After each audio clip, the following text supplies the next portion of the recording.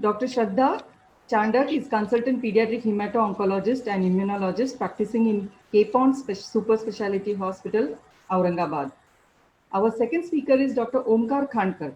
He is assistant professor pediatric oncology at Nair Hospital, Mumbai, and he is attached to various prestigious hospitals like Bombay Hospital, Wokhart Hospital, Apollo Hospital, Tardeo, Kaushalya Hospital, Thane, and Mala Newborn and Children's Hospital, Thane. So, but before I hand over the platform to to our speakers, I shall request each and everyone to keep our video and audio off, and request to post the questions in the chat box section, which will be taken up at the end of the session. So, without wasting any further time, I hand over the platform to Dr. Shraddha. Over to Dr. Shraddha, please. Thank you, ma'am. So before I start sharing my screen and start my talk, first of all, I would like to thank IIP Raigad on the behalf of me and Omkar that for giving us this such a great opportunity to share our thoughts and our screen with you all. So here, anemia in children, as madam has said that it has a huge spectrum, 50% of the prevalence and a very high incidence still in our developing countries like India.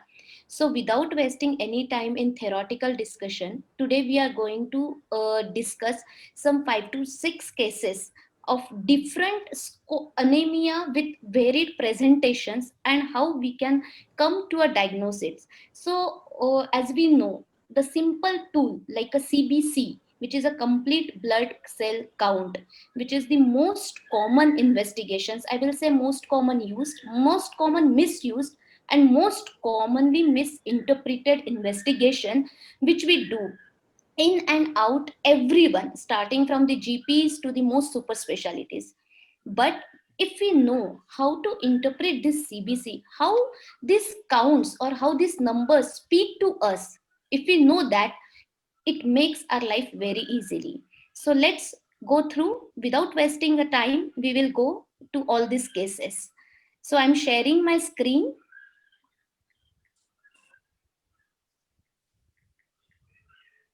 So is it visible to all?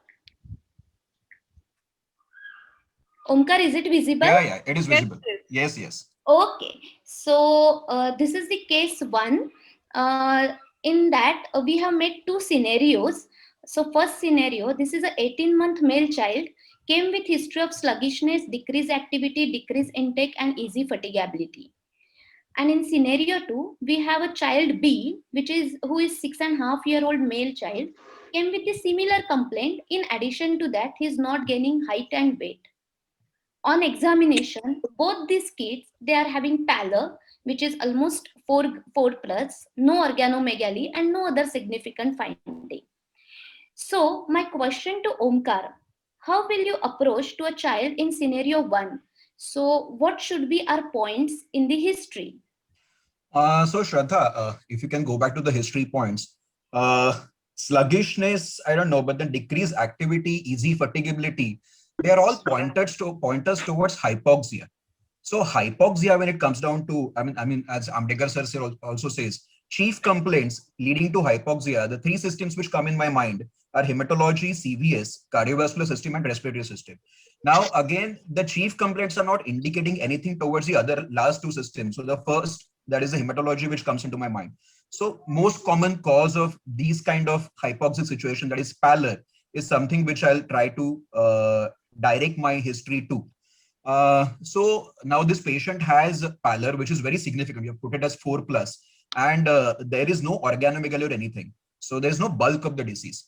So in history, especially in the OPD, when we are seeing a lot of patients, few points which we should cover when the patient comes with pallor, I feel, is there a significant history of, 18 months old child, the age of the child is 18 months. Yeah. So something which is important is the child being fed cow's milk predominantly? Is it a bottle fed child? Is the child does the child have history of pica? What is the status of other siblings? And again, certain important things at 18 months I would also consider is the community and the consanguinity. Because certain autosomal recessive conditions, most commonly the hemoglobinopathies, they may present generally at the age of 18 months, but they won't be presenting without organomegaly generally. So not as the first differential, but the first differential will go towards nutritional history, ruling out. So a detailed diet history, and how was the child weaned, how much, I mean, exclusive breastfeeding was given for how long. So all these factors will play an important role. And based on these points, I think I'll go to the examination part. So this child, he is a born of non-consanguineous marriage. He is from Maratha community. His birth history was he was full term, normal delivery, cried immediately after birth. His birth weight was 2.5 kg. He is the first child, so no other siblings are there. Diet history, he was breastfed for the 4 months. Then after that, he was started with a weaning, but it was an inadequate weaning, and he was given only rice kanji. Till now, along with that cow's milk, the dilution was 1:1. And most commonly, this child was given cow's milk with a bottle. If I ask this mother कि कितना दूध पीता है, mother said आधा litre तो उसके लिए लगता है और उसमें आधा पानी डाल के 1 लीटर बना देते हैं. This is the actual answer given to me by my mother. So no supplements were given and no significant past history. So over to you, Omkar. Yeah, so I think you've taken a beautiful history there, and the pointers are the way the child is weaned, the time at which the exclusive breastfeeding has been stopped, the way the dilution has happened for the cow's milk or milk which the mother is giving. I think all these things point towards a nutritional deficiency. The most common nutritional deficiency which we'll encounter in such scenarios will be iron deficiency. So the Yes. first thing I will definitely look for is, I think you have already covered the history and examination part also. So since there's no organomegaly also, as far as the investigations is concerned, the first and foremost thing which I'll look for is the CBC and complete peripheral smear examination to find out whether there are any signs and symptoms of So before indicators going to towards. the investigation, what else to look for in examination in case of anemia? So certain important pointers in any child. Now, if you consider the 18 months old child, the most common causes of anemia in these children, what we see in our practice are two. One is iron deficiency and second is the hemoglobinopathies. Malabsorption, inherited bone marrow failure syndromes, and the other rare causes can be there, but of course they're not the most common. So in the history, the first and foremost thing which I look for is there any signs and symptoms suggestive of other cell line depletion? So is there any petechiae, purpura, I mean, indicating there is associated platelet thrombocytopenia also? Is there any history of fever or, I don't know, recurrent infection, but general fatigue? And also any bulk of the disease in the form of hepatomegaly, splenomegaly, lymphadenopathy. So all these things indicate that the marrow is pretty much active, but there is a cause outside the marrow, which is causing the problem. So these are certain important points. Of course, anthropometry and the basics of pediatric history and history taking, of course, are important. Vital signs, because especially pulse, BP, and the other vital signs, and the head circumference, height, weight, and their association with the growth chart. I mean, where exactly is the child standing in that particular age group? So any presence of dysmorphic features for any of the inherited bone marrow failure syndromes, and any other pointers in the general examination, if there are any, obviously matter. But then yes, the most common findings which we get generally in these age group are IDA and hemoglobinopathies. Yes, right. So basic Hutchison we should not forget, like starting from the Absolutely. ABC of history and examination. So let's see the clinical approach to anemia. So any child coming with a pallor, we have to see, as Dr. Omkar has nicely suggested, that we have to look for a lymphadenopathy, hepatosplenomegaly, and petechiae purpura. So if no anemia with no lymphadenopathy, no organomegaly, no petechiae purpura, our diagnosis become first DD is nutritional anemia, then comes later on PRCA, that is pure red cell aplasia, thaltrate, lead poisoning, CKD, these are the rare one. Now, if anemia, which is coming with bleeding manifestation, that is petechiae purpura, but no organomegaly, no lymphadenopathy, our DD becomes aplastic anemia or bleeding disorder like ITP, DIC.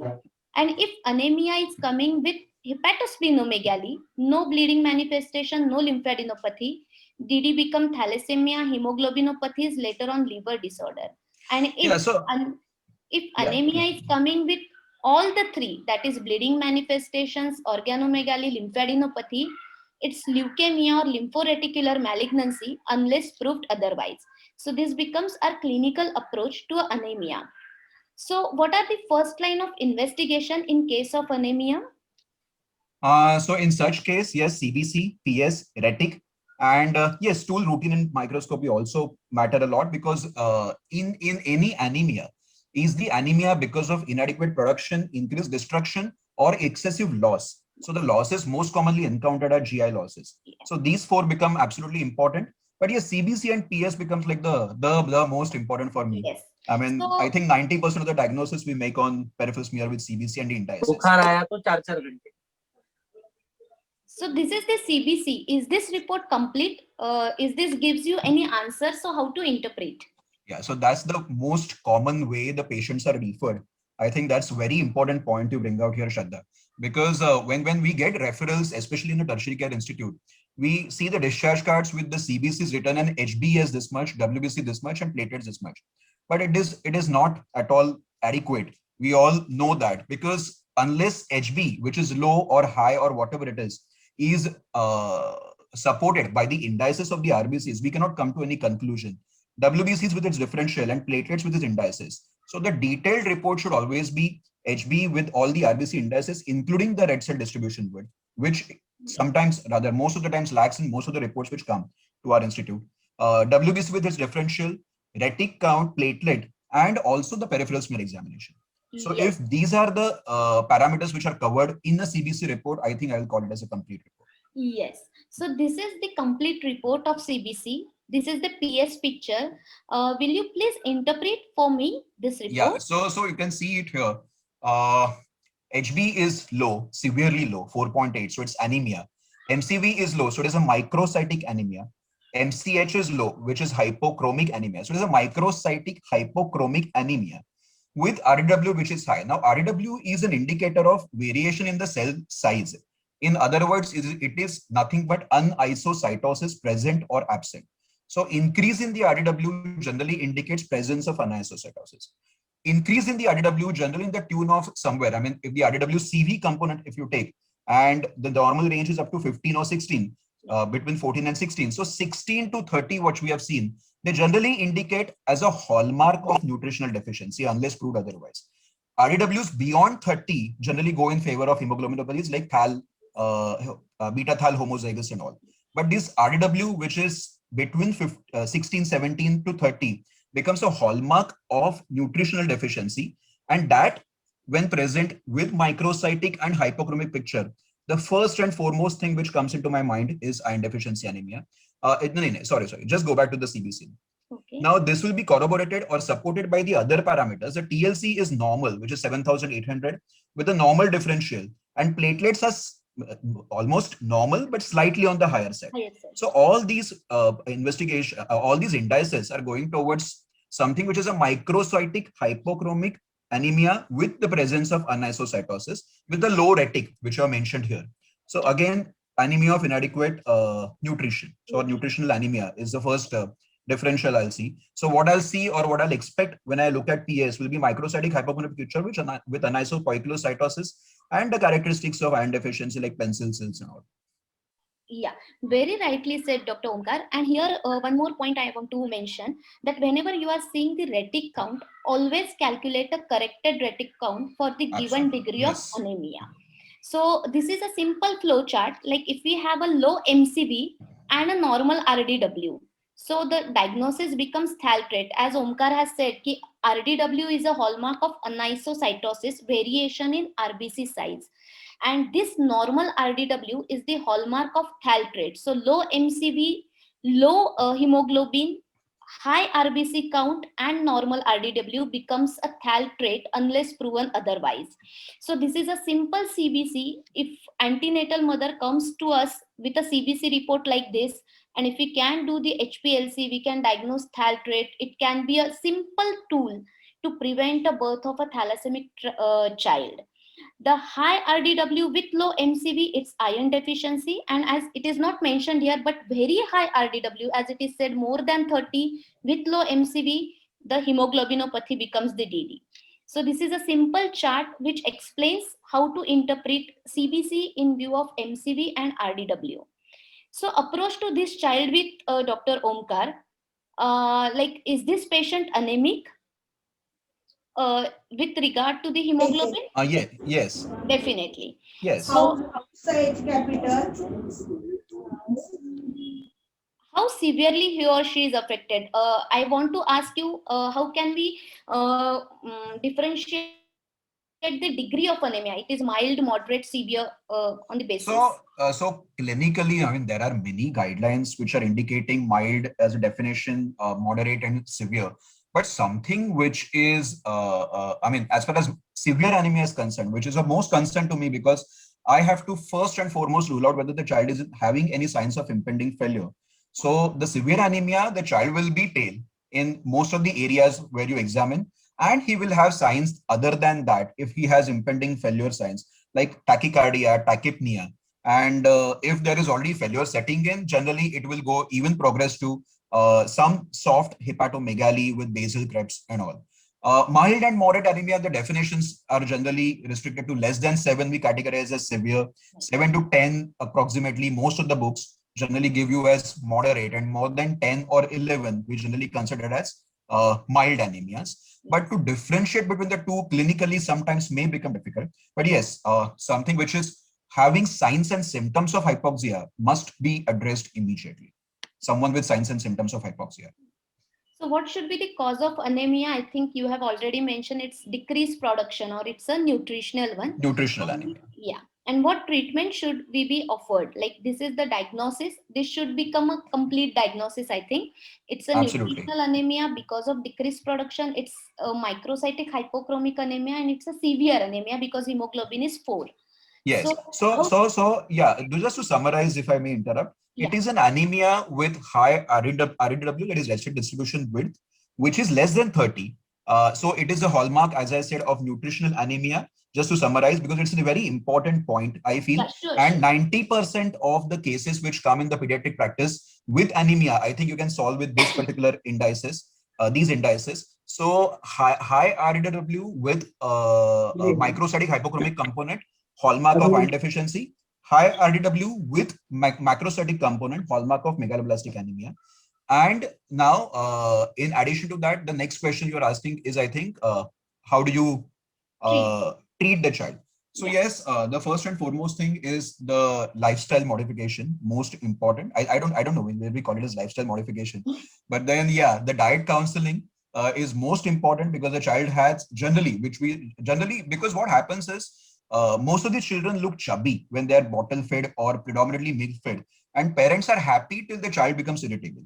So they don't accept it that the diet which is going in the child is not correct, absolutely correct. My child looks good. That's what the question is. And now suddenly he has become pale.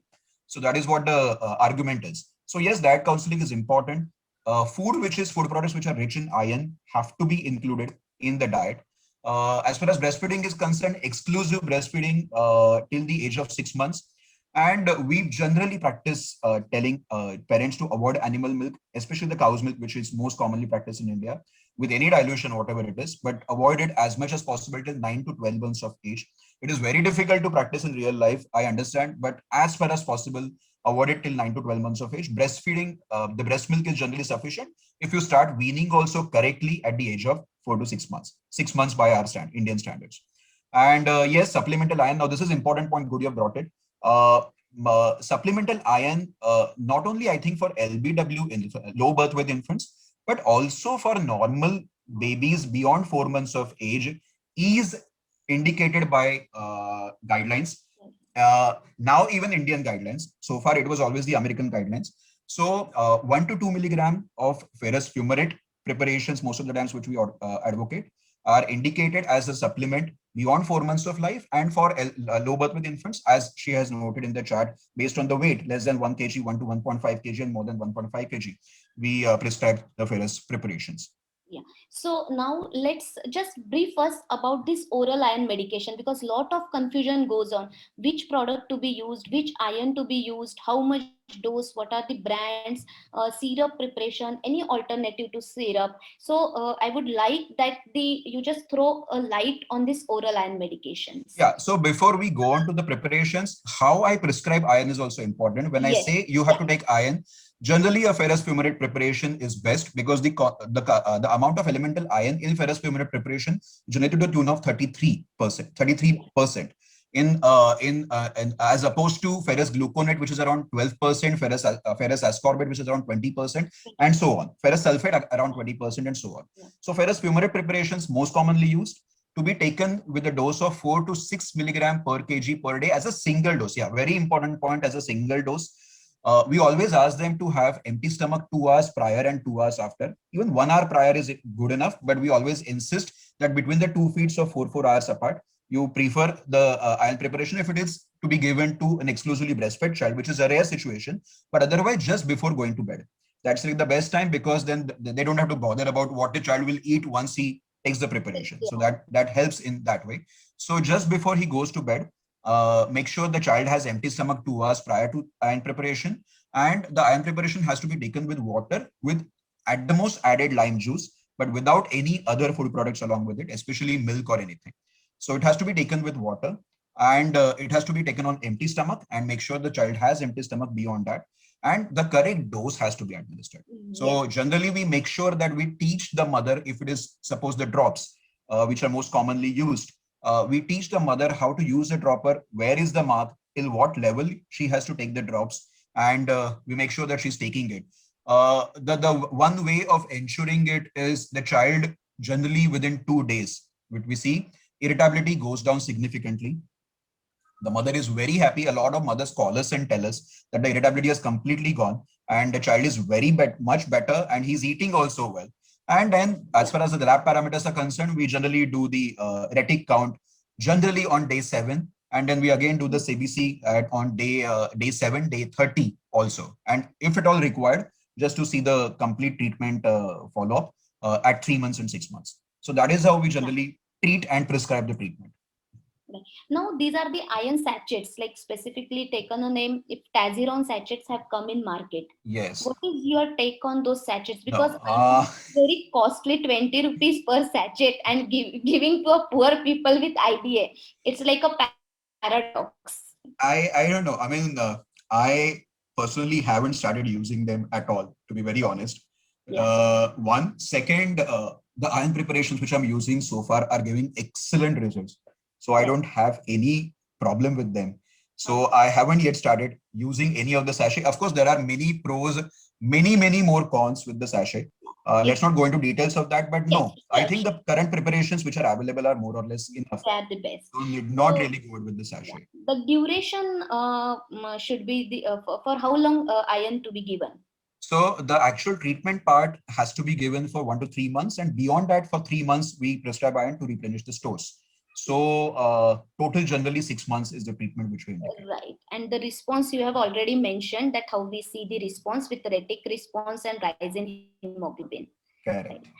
So let's see now, after giving all these iron supplements, but still sometimes child fail to show the response to the oral iron, and these are the common causes when we see that poor compliance, inadequate dose, ineffective preparation, insufficient duration, correct diagnosis, persistent or unrecognized blood loss, impaired GI absorption, and coexistent diseases. These are some common reasons that when iron fails to respond. So what is the place of parenteral iron, Dr. Omkar, in treatment of IDA? What are the indications? In pediatric practice, extremely rare, almost not required in most of the cases, unless there is a documented evidence that the oral preparations are not getting absorbed. So there is some bowel issue, I mean, some absorption issue, because of which, or the preparations which the child is taking, the child is just not tolerating them well. Constantly purging them out or having a severe diarrhea, and it is on, and it is affecting the growth and development of the child. I think in that situation, as a common situation, I would say the parenteral iron. And yes, the parenteral iron we have used in rare cases of some of the iron oral iron non-responding iron deficiency anemias. For one regional polyposis in Wadia, was continuously bleeding and was IDA. Even we had recently, I mean, a week ago, we had one interesting case which turned out to be Crohn's disease. So he was Okay. continuously bleeding, and it was picked up on TAC scan, RBC TAC scan. And Yes. then we did the pushed enteroscopy and didn't find out it was only the jejunum which was involved. So Okay. it was not picked up on OGD scopy and colonoscopy. So very rare case, but then yes, these are the cases where sometimes parental iron may be We need used. to use. As you said rightly, hardly we get chance to use parenteral iron, and the most common like sodium ferric gluconate or iron hydroxide sucrose complex we do use. Iron dextran is almost now outdated, and Yeah. this is the formula to calculate parenteral iron dose, and test dose to be given first, and the patient should be observed, and then we have to give the full dose. So, what are the contraindications to the parenteral iron?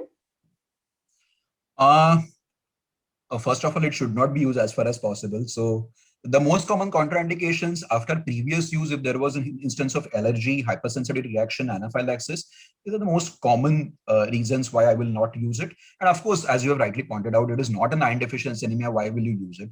Yes. There are signs and symptoms of iron overload, and the reports are suggestive of iron overload. Yes, absolutely not. And yes, any active infection, we avoid using iron preparation. Yes, exactly. Liver disorders, yes, I forgot. I think good you have mentioned that on the screen Yeah. itself. Yeah. Chronic liver diseases, even at times, even chronic kidney diseases, certain parental iron preparations were thought a lot. Of course, we did not use it, but Yeah. yes, to be careful in such cases. And role of transfusions in IDA? So most of the times, most of the IDAs do not require transfusion unless they come with signs and symptoms of impending failure, which generally happens when they are picked up as a case with an acute febrile illness. So at that time, I don't think there is any cutoff of HB which we have considered. We have had patients with 3.13 HB and 2.9 HB who have been started on oral iron preparations, and surprisingly, to my surprise also, they have done exceedingly well without any effect on their growth and development. Any constant persistent bleeding, which is causing iron deficiency as one of the symptoms, and the bleeding, what I can say, measures have been taken to control that bleeding. Yes, I may consider giving transfusions. So apart from signs of failure or impending failure, I'll avoid transfusion as far as possible. Okay.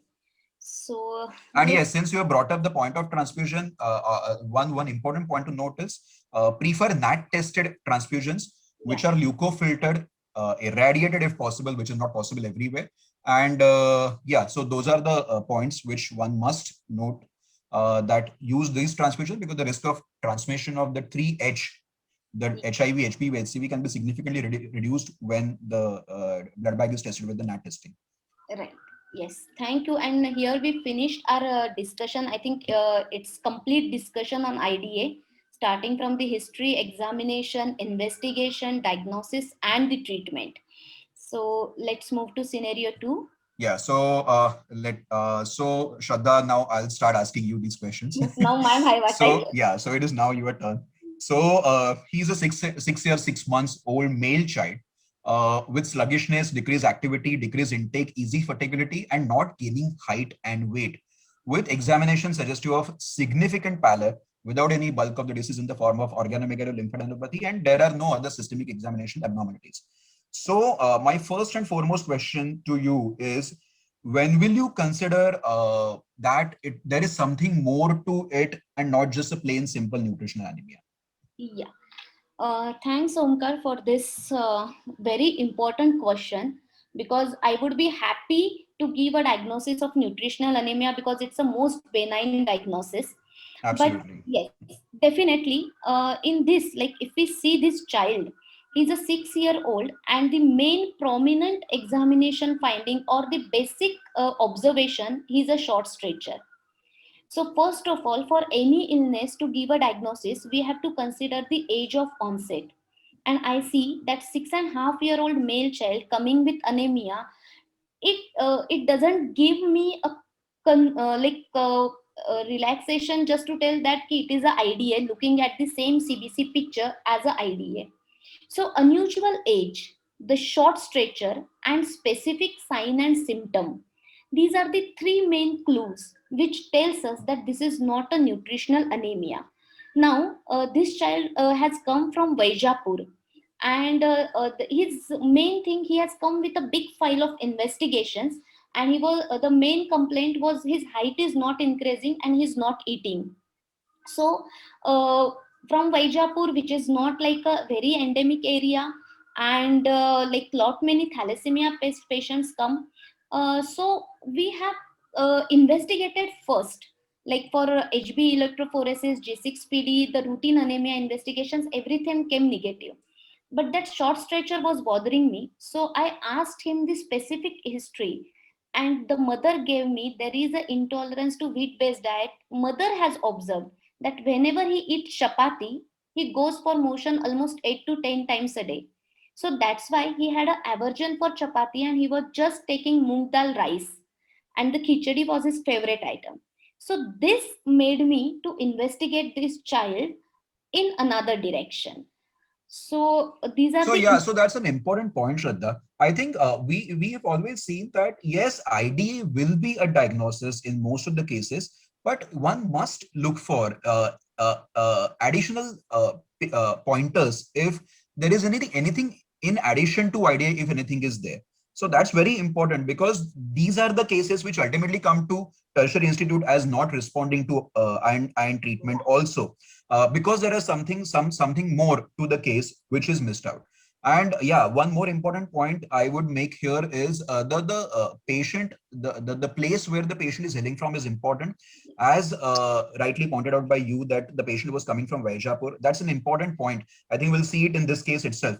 yeah, So that is important because we have seen that certain conditions are common in the North Indian communities more than the southern part of the country, whereas certain conditions are very commonly seen in the western eastern part of the countries, which are not seen in the rest of the world, rest of the country. So yes, the descent is common, important to note. So now if we go back to the our case here, the HB is 3.5. yeah, Shraddha, HB is 3.5. The WBC count is 5,300 with 38% neutrophils and 53% lymphocytes with a normal eosinophil monocyte count. And the indices are, it is 50.8 of MCV, 12.8 of MCH, MCHC is 25.1, RDWCV is increased 20.1, and platelet count is 1,99,000 with a slightly lower side MPV, that is the mean platelet volume, and PDW. And rest of the indices are more or less okay. So it is a microcytic hypochromic anemia with high RDW with a normal platelet count and more or less normal differential. So your take on that now. Retic count is 1%.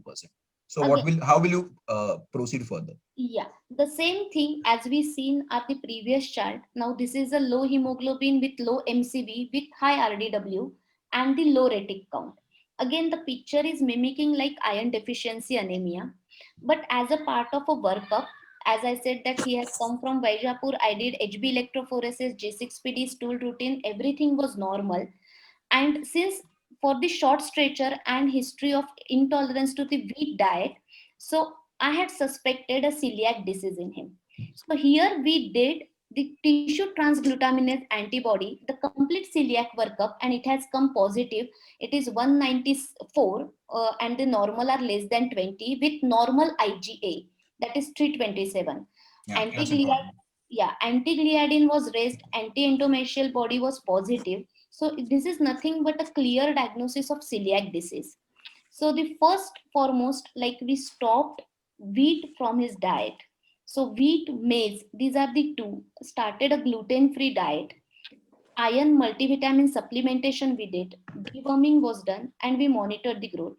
And to my surprise, actually his hemo and he I have not given him blood transfusion. Though the child has come from outside from periphery to institution level, we just admitted for the investigations for 2 days of investigations, oral iron supplement and stopping of gluten.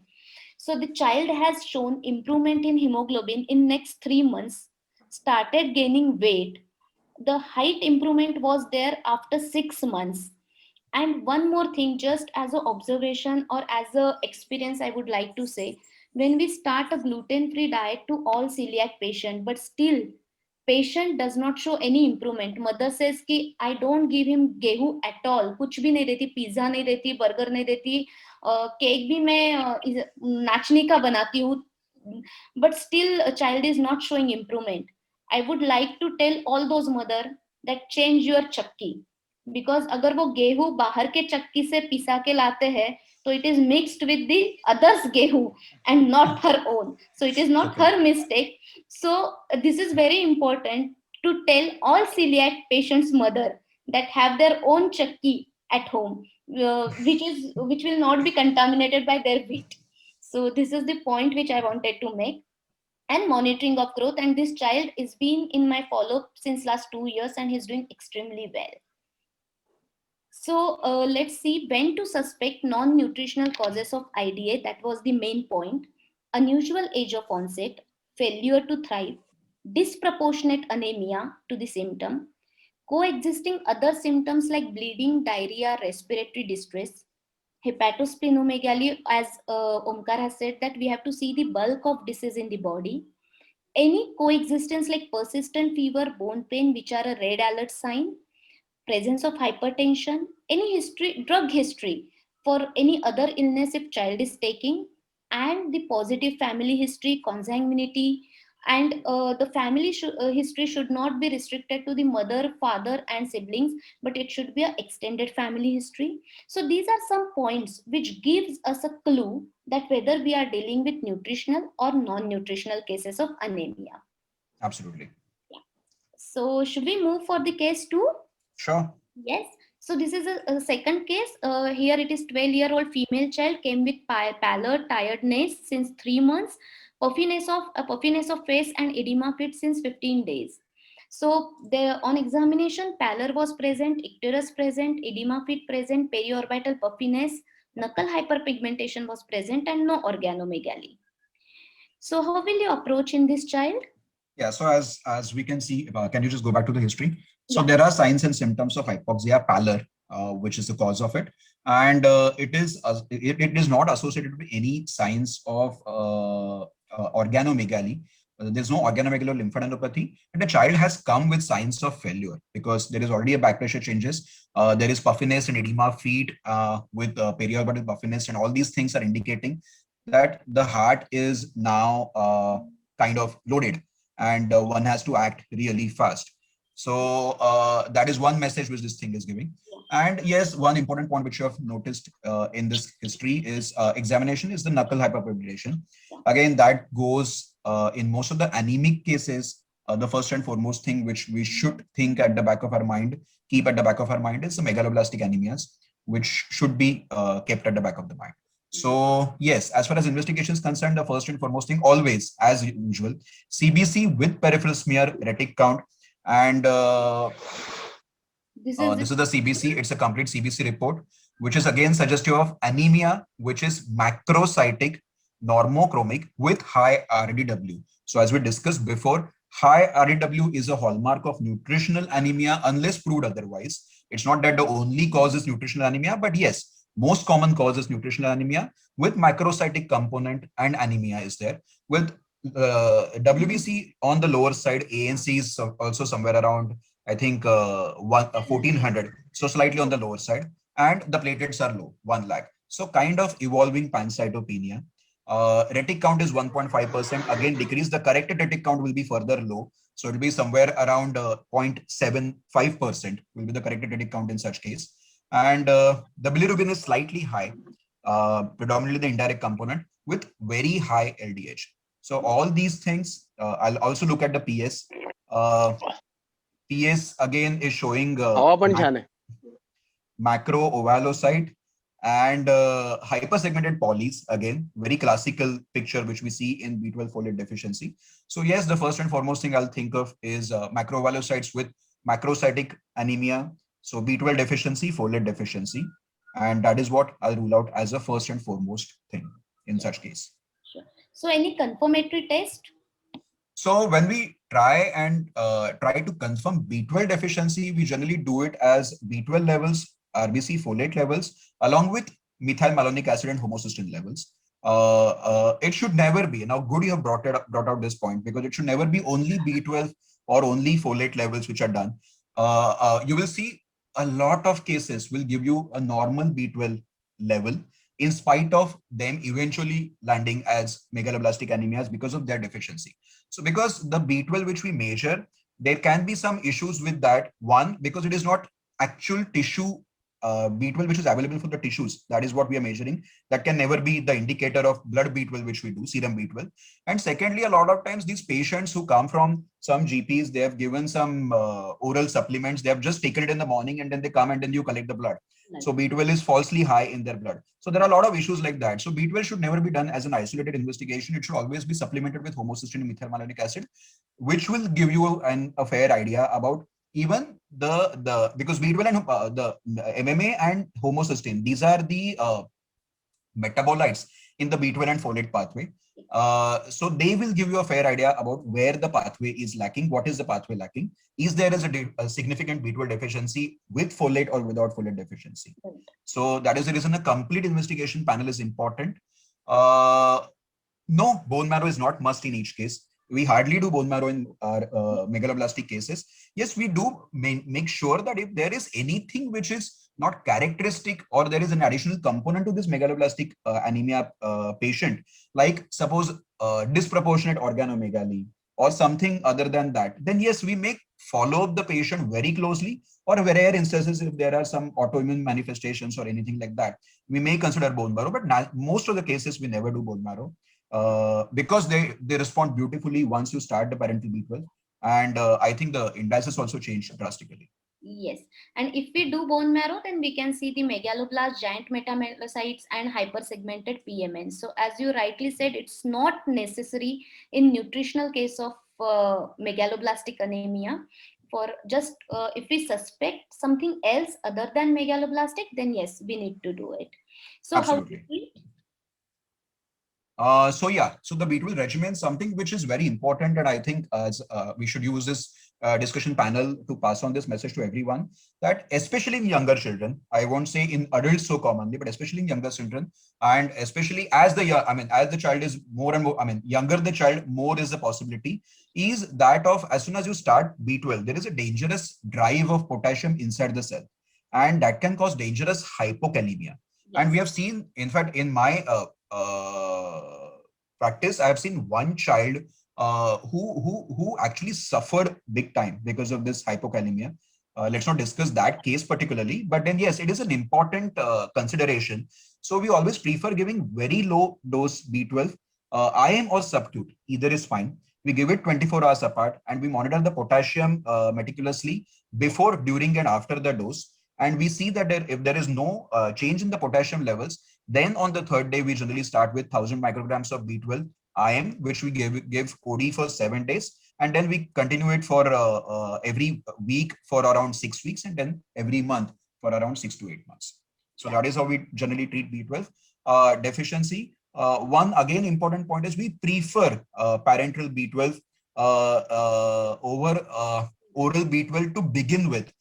Because in case we don't know what is the cause of B12 deficiency, and if it turns out to be malabsorption or anything to do with the GI tract absorption of the B12, then it is good that you cover B12 deficiency initial, at least in the beginning, with parenteral B12, so that the neurological component is safeguarded. So we always start always with parenteral B12. Parenteral iron. And we can shift to the oral iron as soon as the baby oral is B12, yes. And you can tolerate. That's what. And of course, not to forget to give iron supplements simultaneously. Yeah. So yeah. That's an important point. I'm sorry I missed out on that. Yeah. Never start folic acid on first day of B12 treatment. It's the most common mistake which we have seen. Even our residents, as soon as the new residents join, the first year residents come, and then they start B12, folic acid, everything.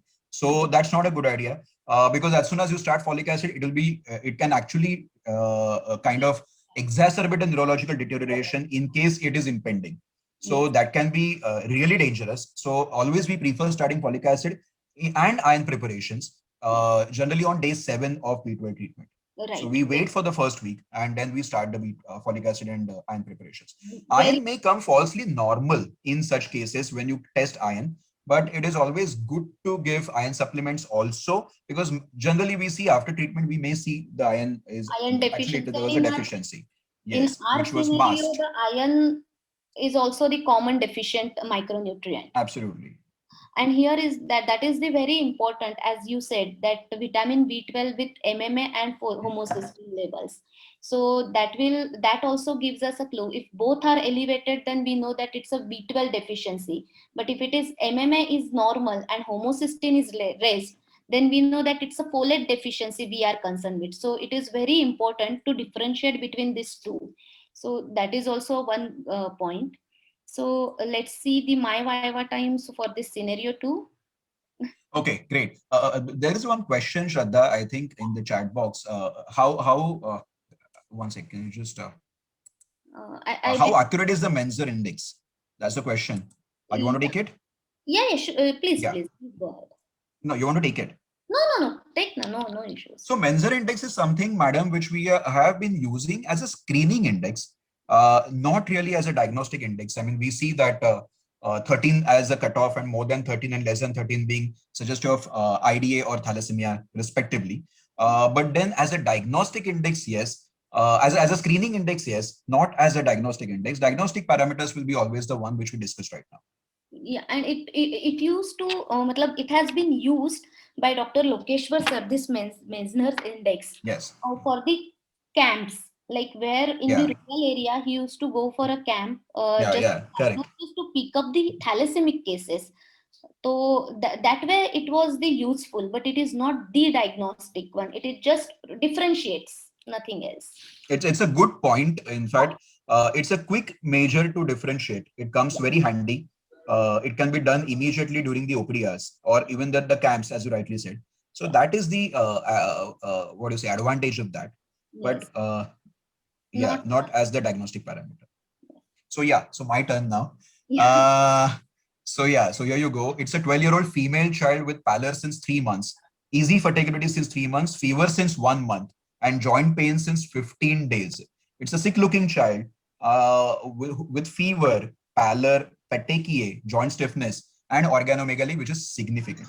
2 centimeter liver and spleen in a 12-year-old female child is significant. If it is firm, yes, it is pathological also. So I'll consider it as firm. So how will you approach this child?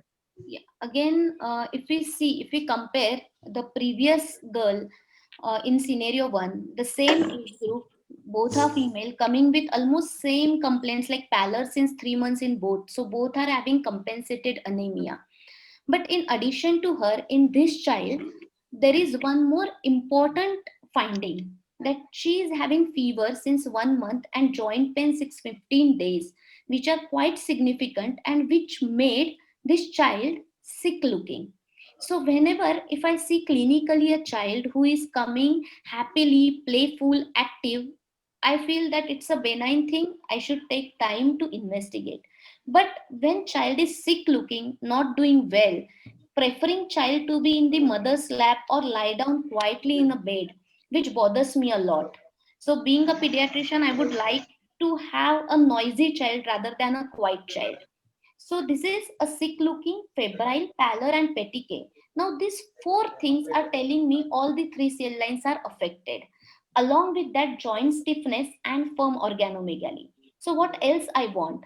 So one question before we go ahead, Shraddha. Most of the times when we see these patients being referred to us, almost more than 50% of the times they have been treated as SOGI or some rheumatological condition. Yes. So what is your take on that, and how do you differentiate that from the other conditions and other possible differentials which will be considered in such cases? In other words, what all other differentials you have to consider? Yes, exactly. Now this is the case which is and this child also was misdiagnosed as SOGIA because of the joint pain and fever. They tend to go to orthopedic surgeons. Basically, nothing against anyone, but generally, and they are misdiagnosed as it is a rheumatoid disease. CRP is done, RA factor is done, ASO titers, everything is done. But the main differentiating point, if we see that these child, they do not allow to touch them. That is a bony tenderness they depict, and plus in that a bleeding manifestation. It is very rare to see a bleeding manifestation in a rheumatological conditions. Absolutely. So there is involvement of the other cell lines also apart from hemoglobin. So RBC cell line as well as possibly platelet cell line is also involved. Yeah. So what could be the differentials in such cases would you consider? So I would like to first consider the lymphoreticular malignancy. It should be the first DD to rule out. So this is the child with the fever, joint pain, the petechiae, organomegaly. So first I would consider being in children, it's acute leukemia rather than a SOGI. And this was the CBC. Again, it showed the low hemoglobin, that's 7. It is a microcytic, okay. RDW is normal, 15. Now the WBC is 2000, which is low. But I won't look only at WBC in any case of CBC, because I would like to calculate ANC, that is absolute neutrophil count, which is very important. And this is a point which everyone should note, that when we see at a CBC, we should always calculate ANC and ALC. These are the two parameters which gives us a clue to a very important DDs. So ANC in this child is 100, that is very severe neutropenia, and the platelet is low, that is 1 lakh. Retic count is 0.5, which is low, and again LDH is very high, that is 5000, which indicates the high cell turnover. And this is the peripheral smear. As we say that CBC and PS, they go hand in hand, which is a very cheap investigation, and it has almost given me a diagnosis that it is a blast. So this is a leukemia and not SOGI. Okay. Yeah, so that's important. It's something which you can diagnose immediately in such cases. So Yeah. there is some important points to consider is there are all the three cell lines which are affected in some or the other way. Yeah. And along with a very high LDH, which indicates there is an increased cell turnover. So these two things put together, the first differential which generally becomes is an infiltrative condition, mostly leukemia. Yes. So yeah, how will you go with this Yeah. particular patient? Now, this is a sick looking child, so this needs a immediate attention. I would like to hospitalize this child and definitely the further investigate. So I'll just discuss a very quickly such case, how to manage at periphery and when and how to refer. So the basic investigation in such kids, they needed our RFT, that is renal function test, serum electrolytes to see for potassium level, specifically uric acid, LDH, calcium, phosphorus for tumor lysis syndrome, and chest x-ray to see any bulk or a chest mass or a mediastinal mass. These are the basic investigations which are needed. IV fluid to be started in this kit immediately, but without adding potassium chloride. This point should be noted, should be told to residents again and again, because they are habituated to give DNS plus KCL to all patients, admitted patients. So leukemic childs, no KCL to be added. And the three things which are done at periphery or anywhere by anyone when such case comes. So we'll just quickly see this because we have again 4 or 5 cases to discuss. So no specific treatment to a leukemic child, especially a steroid trial that they can if she improves. No empirical steroids to be given without doing a marrow, without diagnosing any condition, because the main problem, a single dose of steroid, even a single dose of hydrocod given during blood transfusion may cause complete change in picture. It will, like, mask your leukemia. It will the patient will go in spontaneous remission. So it will delay in diagnosis. Already ANC is very low, it is 100, so they are prone for severe infections.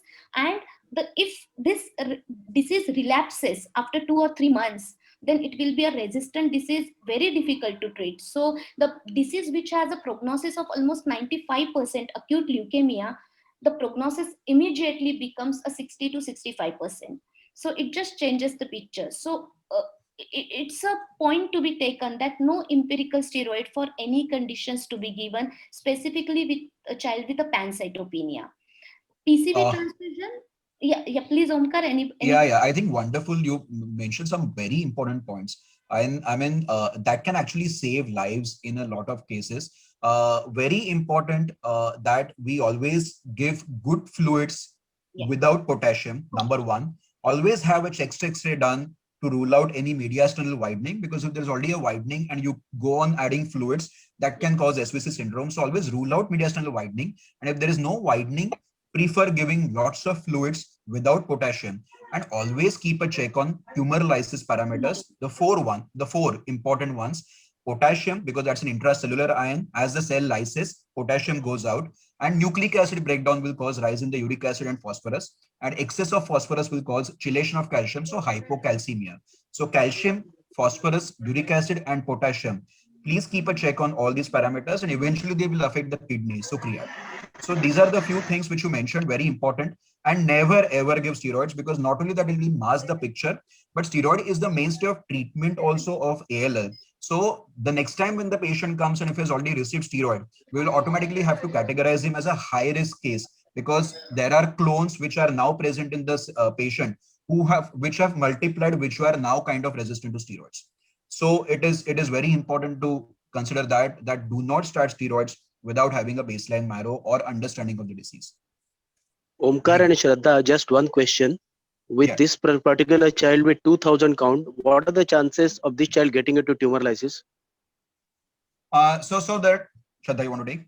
No, please Yeah. go ahead. So there are three considerations, sir.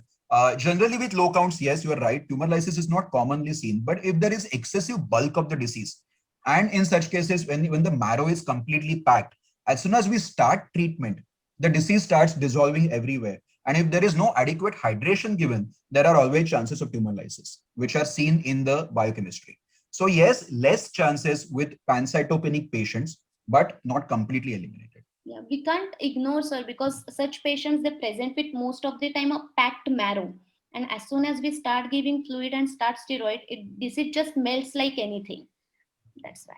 Yeah, so we see generally that the count starts rising as soon as you start the steroids. The lympholysis happens, and 2000 counts can suddenly become even 50,000. I mean, recently one patient last week had a count which was 1,700, and that suddenly became 50,000. The father was asking me, "Aap treatments sahi nahi de rahe?" Like, no, it is not that way. It is a lympholysis which is causing the disease to melt.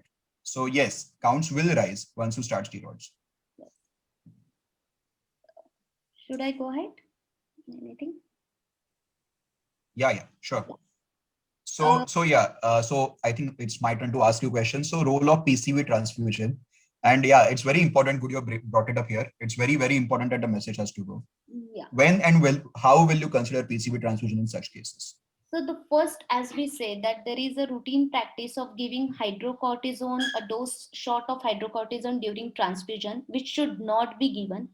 First of all, it is very easy to send the patient to a referral center or an institution level where all the diagnostic and therapeutic modalities are present, rather than to arrange for a transfusion in a sick child. So my take, like, don't transfuse patients unless patient is having severe anemia. Again, severe means if your hemoglobin is really less than 3 and you have to travel a long distance at least for 4 or 5 hours. If patient is decompensated, if patient is in failure, and if there are active bleeding in the form of GI, renal, or from any epistaxis or anything.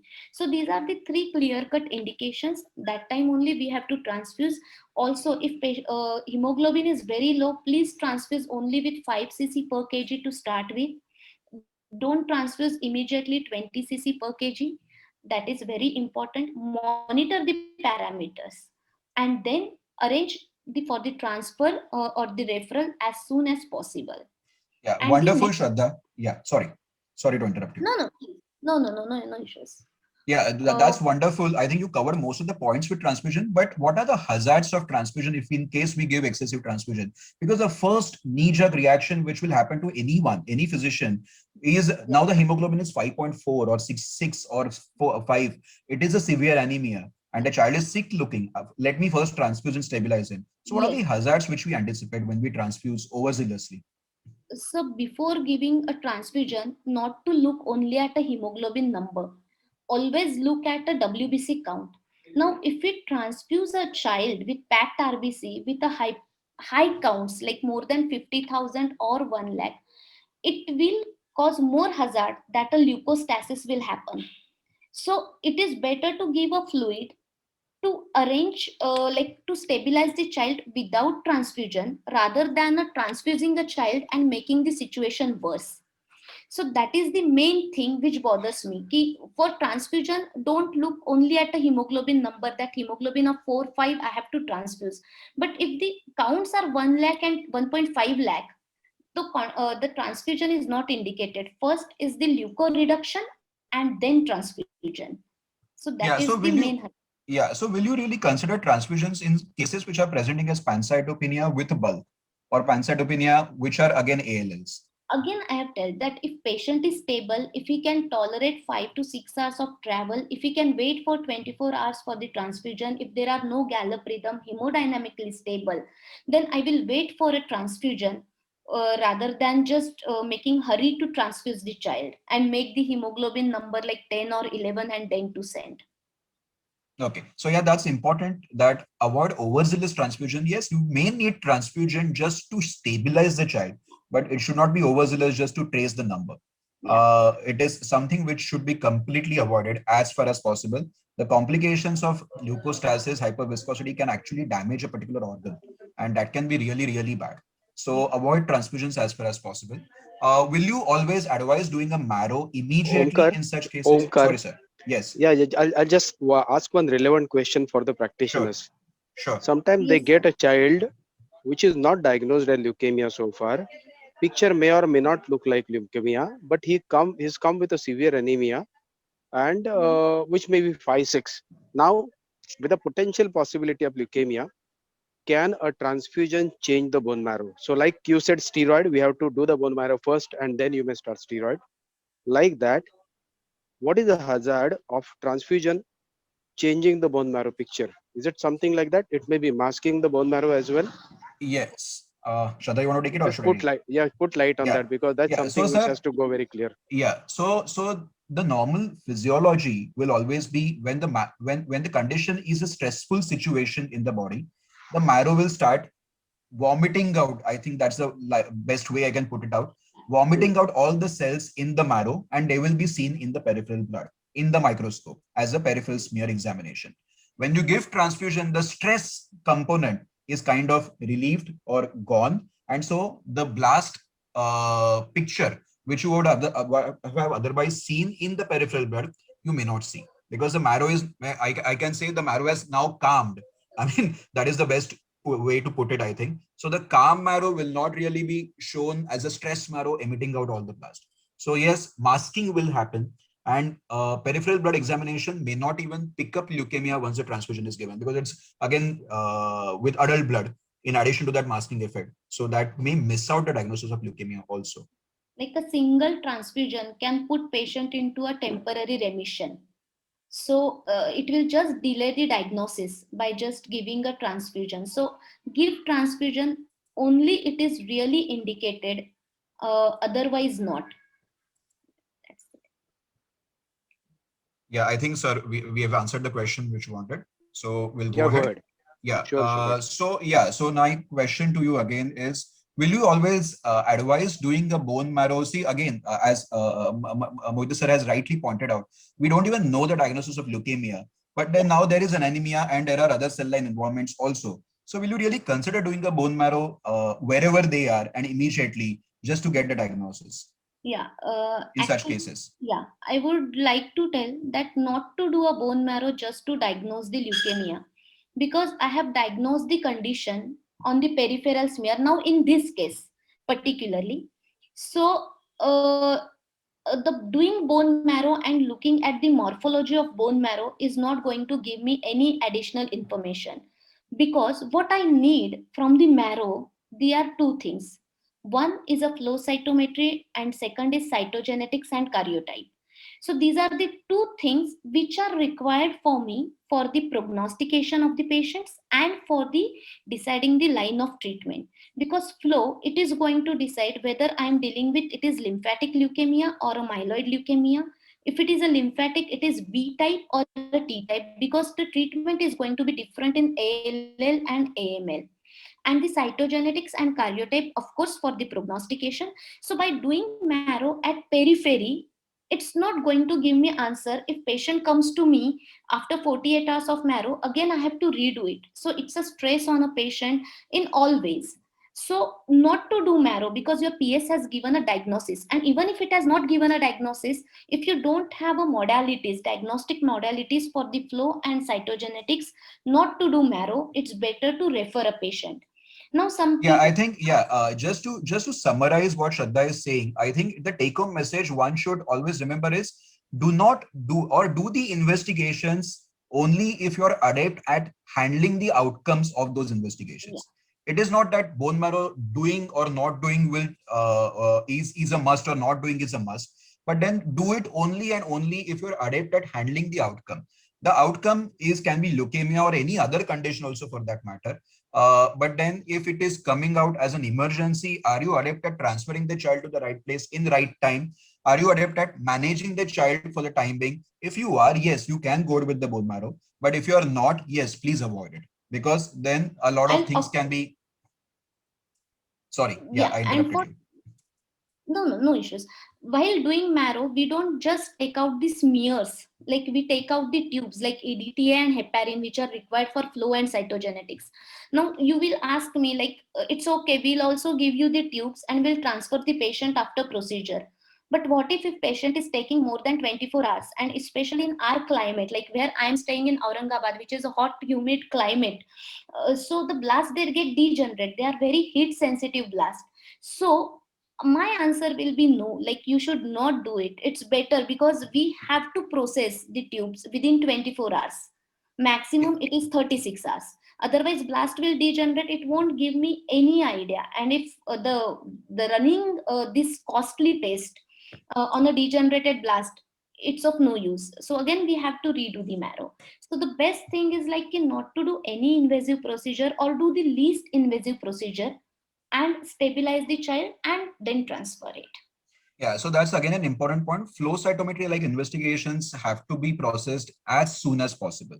So again, better it is if there are fresh samples. So again, that's an important point. If you have the capacity and facilities around you, yes, it is good. But then again, which is not the case most of the times, unfortunately. And so avoid if you're not adept at handling the outcome. So that's an important point. So yes, that's beautifully you have tabulated do's and don'ts. I think you can go on with that. So those like what we discussed, we won't waste much time on other thing except for one point, that counseling. See, basically, the patients, they believe more on their own family pediatrician or the first contact. So I would like to say, if you are suspecting a leukemia cancer, please do a positive counseling of patient, because it has the best prognosis. It is the curable disease. We can give the best care and the best cure rate. So do positive counseling, give positive hopes, and then send the patient with a referral. Like no loose talk about cancer की क्या cancer हो गया आता जाऊन दे बघा काय होतं ते देवाच्या भरोशा. No, please don't do that. uh, give that positive hope is very important. Like making a parents moral, already they are like half gone down by looking knowing that the child is having cancer. It is like something like unimaginable. And with this all negative talks, their moral goes more down. Most of the time they're bound to take back home, and then whatever destiny has done, this is what their thought process, but it has to be changed. So giving positive hope is very important, apart from all the other do's and don'ts which we have discussed. And no Yeah. empirical activity when there is lymphadenopathy, which is very important. No Yeah, empirical that's activity. that's that's very important. And yes, that's an important point. The especially the ALLs, most of the leukemias, especially the Yeah. ALLs, have a prognosis and cure rate of up to 80 to 90%. I mean, we have had now It's after very being important. in practice for last few years, we have patients who now come back with 10th results of 97%, who were so sick at the time of diagnosis and they're doing so well. So it is a beautiful. I mean, I won't say it is a beautiful disease. I won't say, but then it is a disease which is now possible to cure to the tune of 90%. So yes, it is not something which is incurable, and everyone should know that. And that is the reason the referral at the right time, treatment at the right time, and compliance. All these things matter a lot now. Because pediatric oncology is like one of the most successful branch, Yeah, like absolutely, it's like absolutely. doing, yeah. So case 3, let's move ahead little bit faster. This is a 6-year-old male child, came with history of sudden severe pallor since last 24 hours, history of cough, cold and fever since last 3 days, and child was treated by family physician. He was a sick looking child, irritable, pallor, mild icterus, no organomegaly. And on detailed inquiry, there is history of aspirin taken for fever, and child is from Khoja community. How will you investigate, Omkar? Yeah, so let's go a little faster. The important points in this history are it is a sudden development Yeah. of pallor.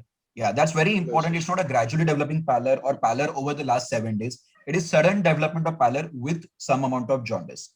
So that generally is a very important pickup point.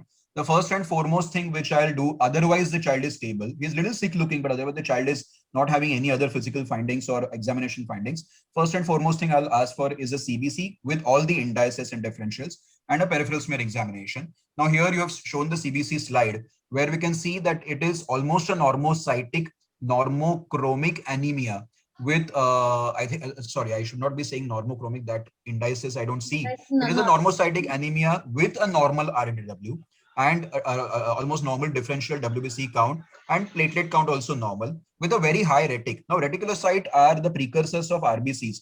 So high retic indicates that the RBCs are being destroyed really rapidly in the periphery, and so marrow is giving more and more precursors in the periphery. So it is an indicator that there is rapid destruction of the RBCs happening in the periphery generally, and so the retic is high. Corrected retic is 3%, which is also slightly on the higher side. And so it looks like along with jaundice history, it looks like it mostly will be an indirect hyperbilirubinemia as a jaundice part, and anemia, which is mostly will be a hemolytic anemia. Anemia which is developing suddenly, all of a sudden, especially after taking some drugs like aspirin. The first and foremost thing I'll rule out is an enzyme deficiency, G6PD. Yeah. The most common. So here the G6PD has come normal and DCT is negative. So this is just a simple book chart. I won't waste much time on this. This is like we have just divided intravascular, extravascular, in extravascular RBC defect and extracorpuscular defect. But Omkar, this child was like, we didn't get any diagnosis. So we treated with packed RBC transfusion and this child was discharged. Ideally, we didn't have any diagnosis because DCT was negative and G6PD was normal.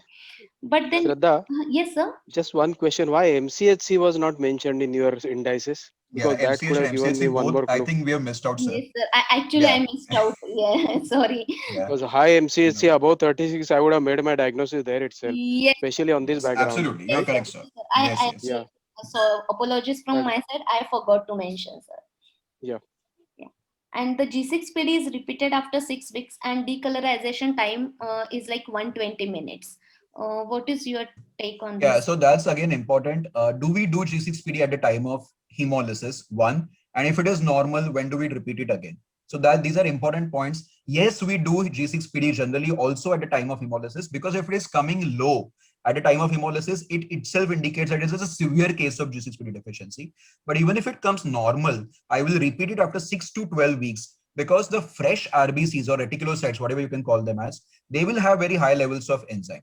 So they may be tested at the time of hemolysis and they may come as normal. The G6PD levels may come as normal, but in actually reality, it was actually low. But because of this particular issue, the G6PD may come normal at the time of acute hemolysis, which will be detected after 3 months when you will have a chance to evaluate it thoroughly and when you will actually get the clear picture. So yes, G6PD level should always be repeated after 6 to 12 weeks again, if it is normal at the time of hemolysis, to diagnose and to confirm that it was G6PD, yes or no, deficiency, yes or no. So once G6PD is normal, it doesn't rule out G6PD deficiency. That is the point which we wanted to highlight over here. But still, you will do G6PD levels at the time of hemolysis, because in spite of that, if it comes low, that itself indicates that it is severe G6PD deficiency. So severe yes. G6PD. Yes. Yes.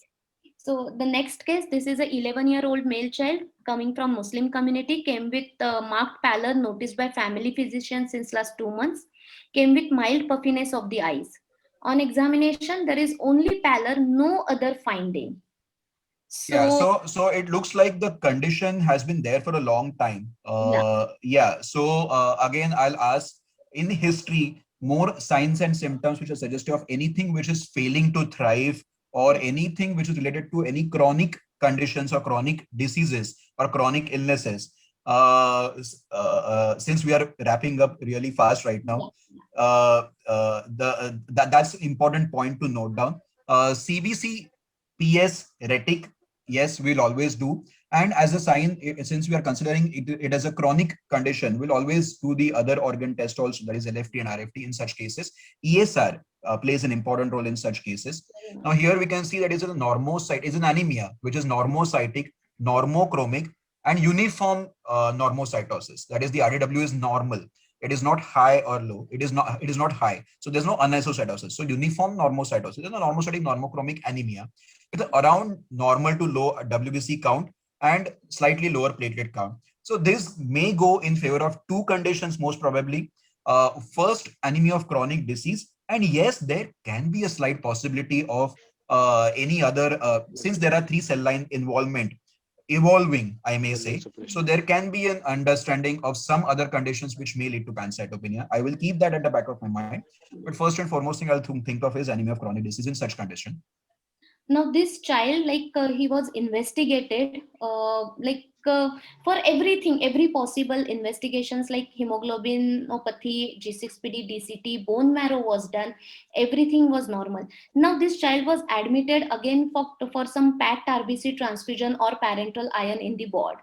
And the sister was supposed to take a blood pressure of a nephrotic child, which was lying besides the patient. And she just took a BP of this child and she came running that BP is 180 by 110 millimeter of Hg.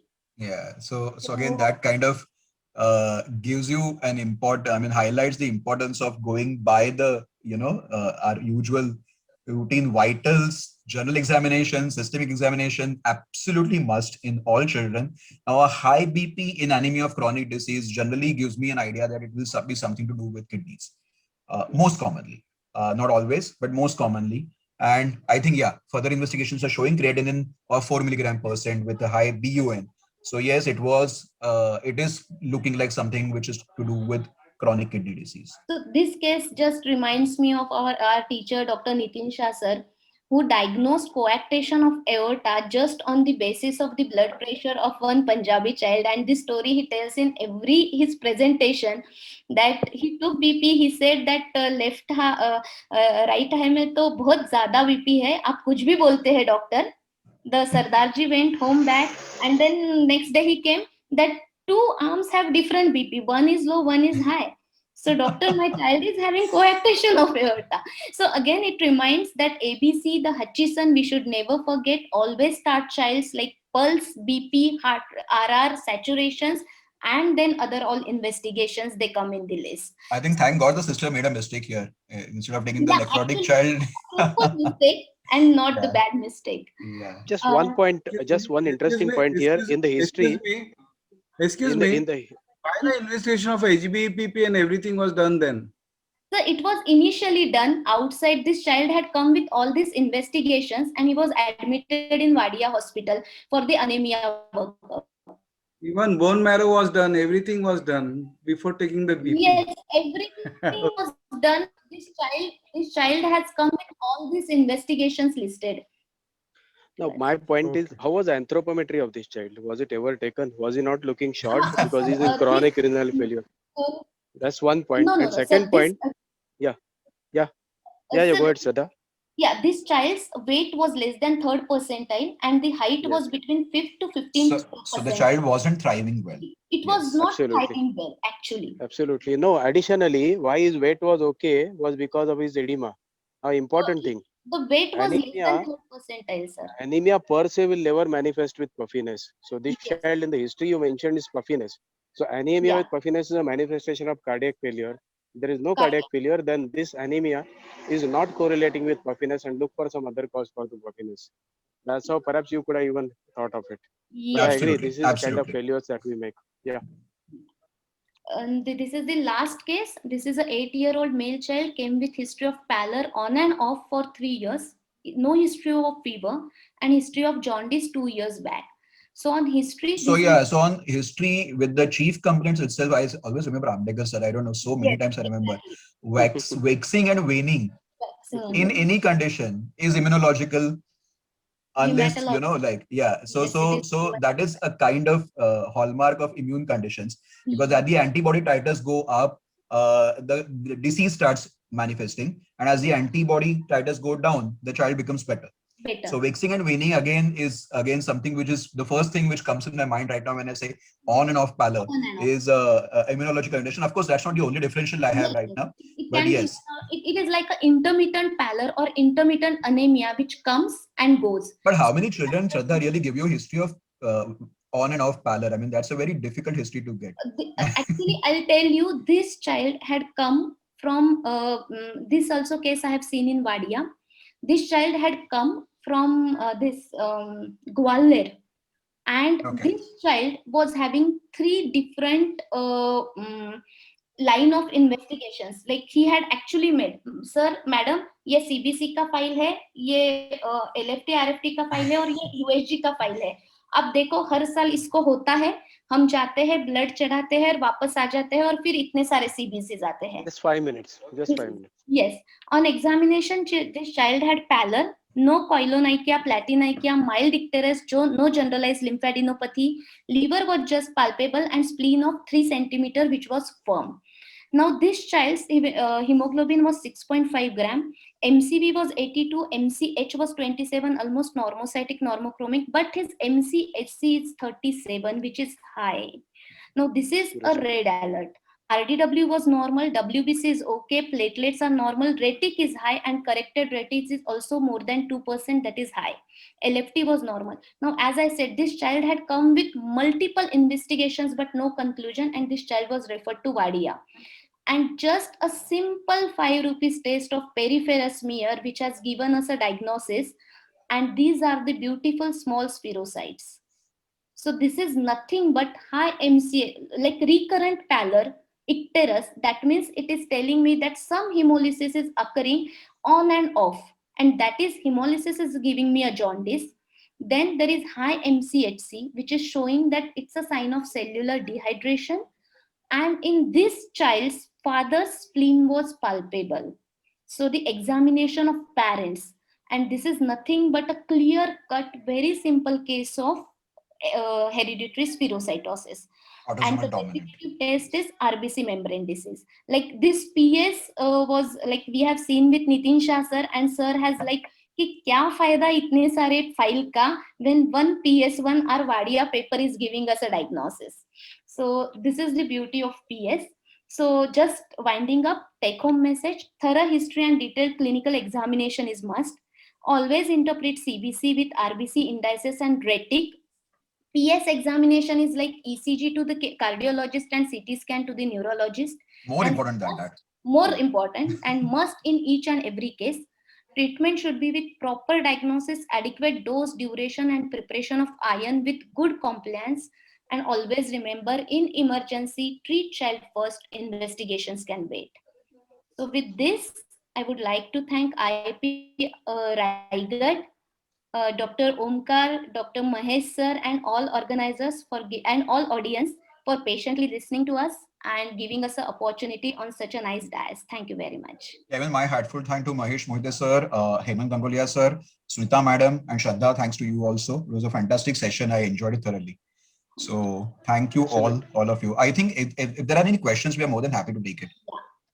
Yeah, there is one question seen in the chat box, and it's saying every 1-year-old child, do we need to start with iron supplement without seeing hemoglobin or investigating? Shraddha, you want to take it? Yeah, I actually I'll just you add me if I go wrong. But as I said, now the guidelines are saying that the guidelines for LBW infants and normal.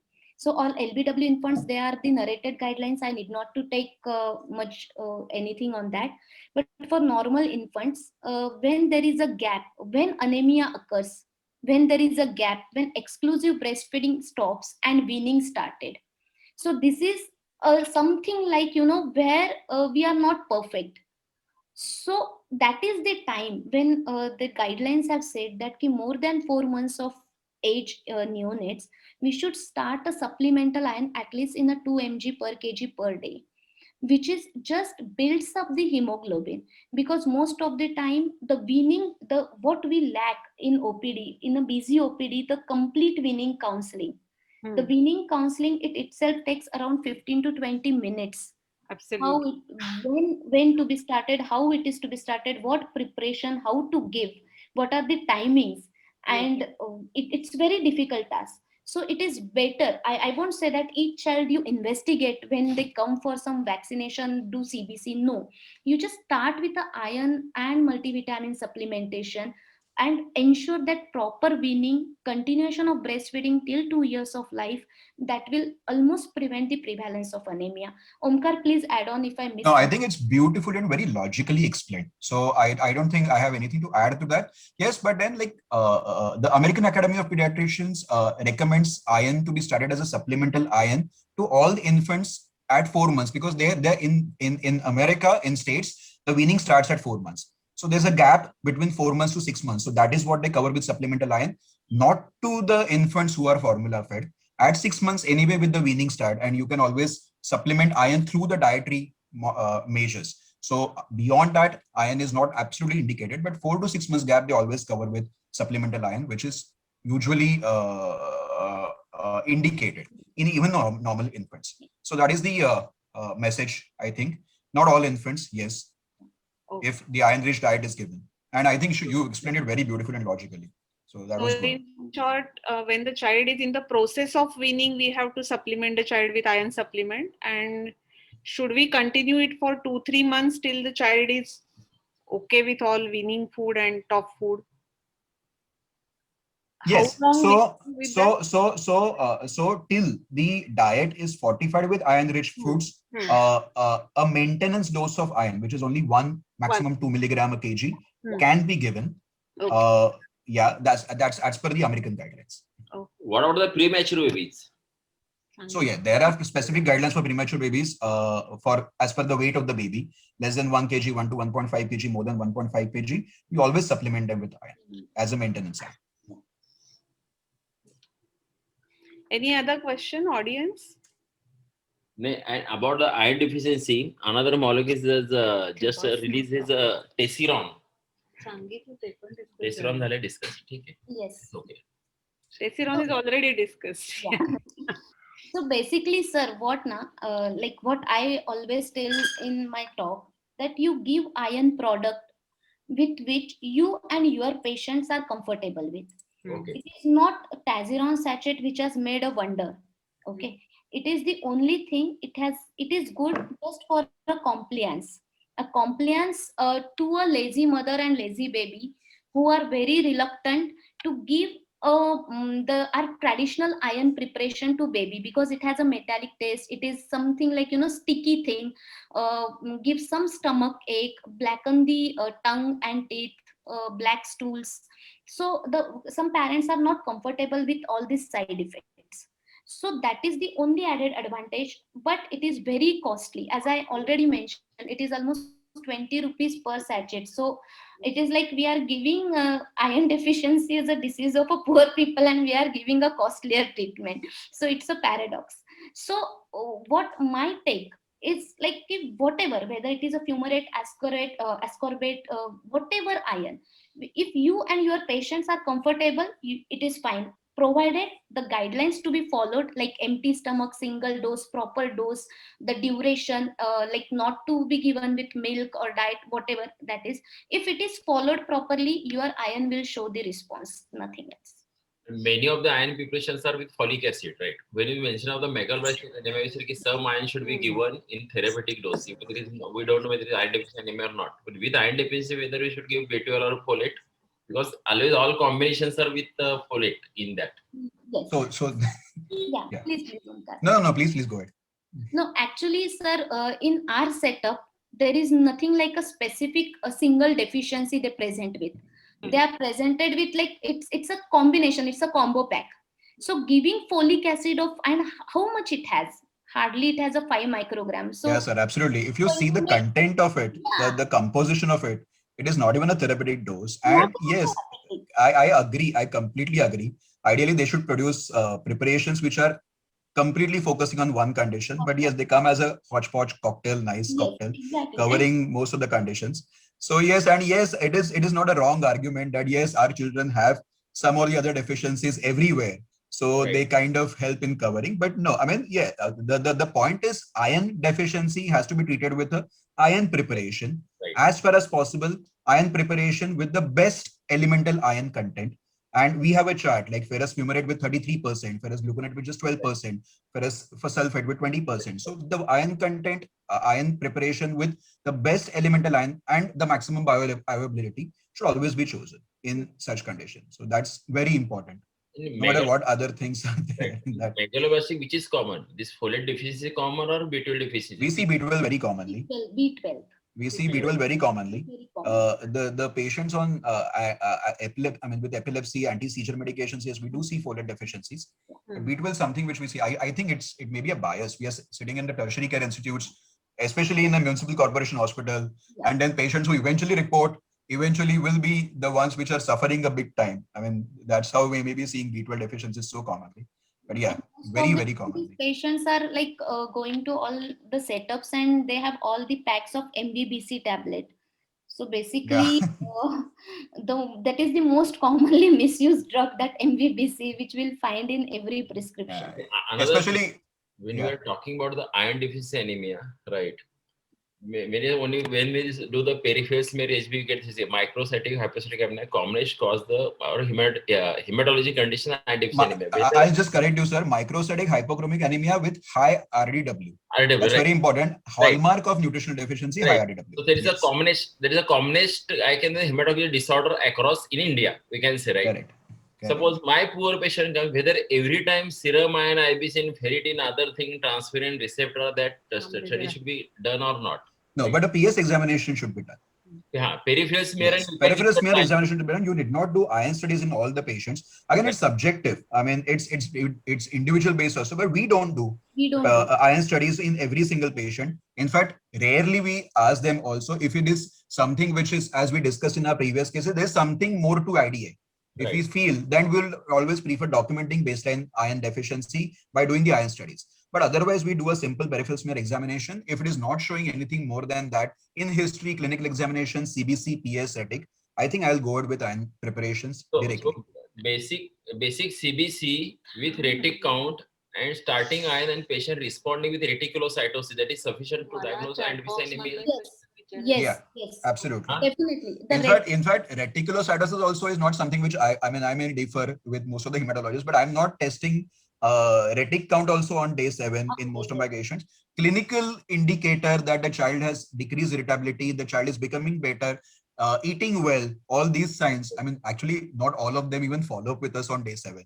Yeah. They directly come on day 15, sometimes day 20. 1 month. So in fact, the feeling of betterment which comes within the 48 hours of this starting iron, it itself is a I mean, mothers are so happy with you. My God, I mean, that yes, it is the right diagnosis and right modality of the treatment.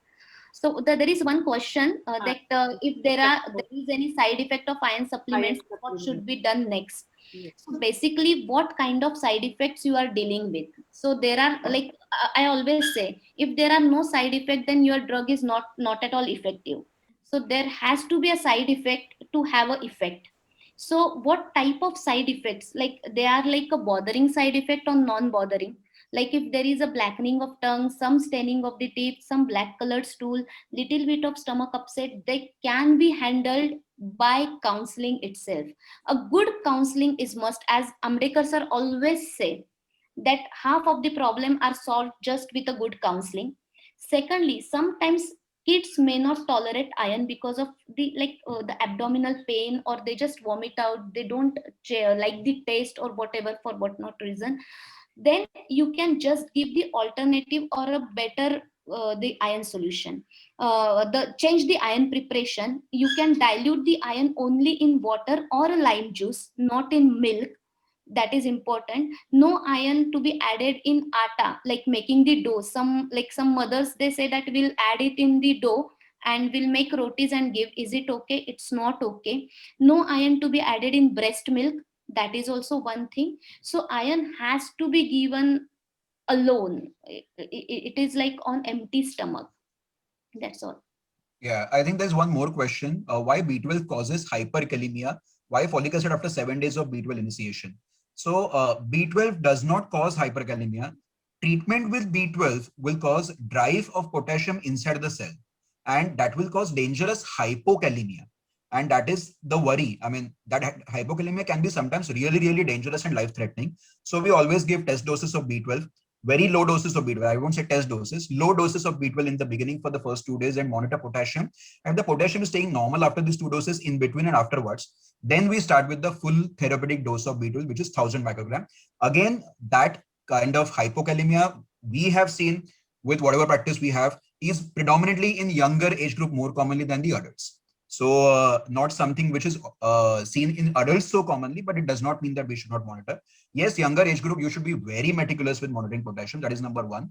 Folic acid after 7 days of B12, I think we covered that because see, the B12 deficiency is there for all the cells. It is there for the RBCs. It is there for the neurons also. When you give B12, it goes first in the blood. So the RBCs take it up, and that can, the folic acid, the RBCs take it up, and that can cause significant B12 deficiency eventually all over across. And that kind of B12 deficiency to the neurons can cause deterioration of the neurological condition, and that can be really serious also. So we don't supplement folic acid first. I mean, if you go by the pathways also for the B12 deficiency, it is always best to give B12 first. I don't know, quench the thirst or whatever, for the hunger for all the cells in the body of the B12, and then start folic acid on day 7 to avoid this neurological deterioration. There is one more There's question. another question, yeah. Yes, PS is not always relieving the yeah. in patient Amrita. of ALL, if Bone marrow. this was not diagnostic, bone marrow is mandatory for diagnosis. As I said, 50% time PS will reveal the blast. But it is before PS, it's your clinical indicators why and how you are suspecting it's leukemia. That gives you a diagnostic tool. Yeah, and more importantly, even the CBC with its indices. Yeah. I mean, involvement of all the 3 cell lines in some or the other form, like WBC is rising or decreasing. I mean, every cell line getting affected itself is an indicator that there is something more to this anemia. Sometimes So it's a normal WBC, but if you calculate ANC, which will be very low, that is also must. It should not be overlooked. It's rather than WBC, we should use the term ANC, which and is ANC. Very correct. ANC, low platelets, low hemoglobin, very high hyperleukocytosis with percentage of lymphocytes. Sometimes 1 lakh count with 95% of lymphocytes. It is like blast. So that is gives us a diagnosis. As I said, if at your center, if diagnostic and therapeutic modalities are available, if you know what you are doing and what you have to do the next, if you have an answer, then you do bone marrow.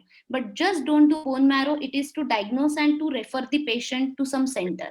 So that is very clear message, because we have to repeat the bone marrow if we don't have a sample for flow.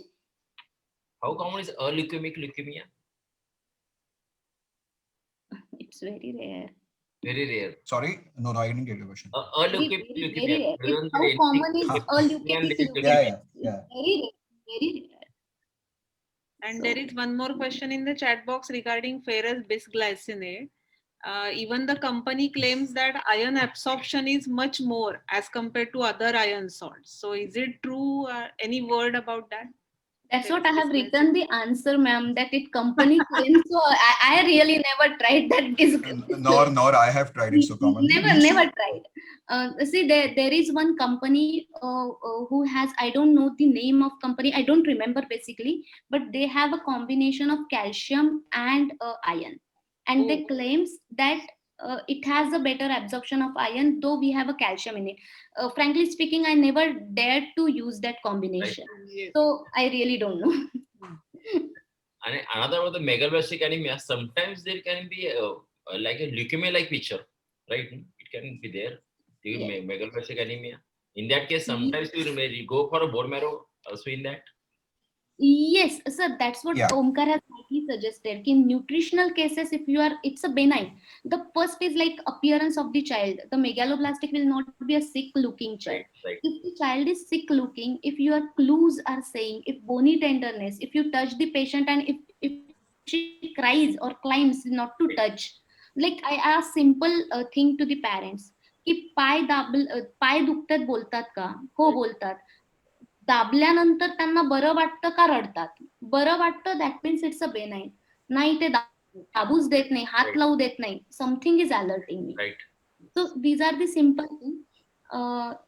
Yeah, and sir, you're right. If in case you're not 100% convinced that it is a pure, simple case of megaloblastic anemia, I won't really object on anybody doing a marrow in such cases. But yes, you should be thorough with the examination and the history and everything apart, because eventually marrow is an invasive procedure.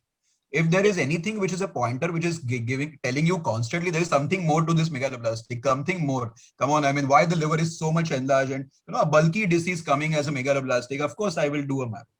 So yeah, there are any pointers, I will consider marrow.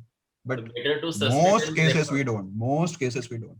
In Suspect fact, and if refer we to have hepatologist, half a right? minute, there was an interesting guy. I'm so sorry, I forgot the name of the physician in PGI Chandigarh in 70s. He did marrows for all megaloblastic anemias. I had heard this from, I think, MB Agarwal sir.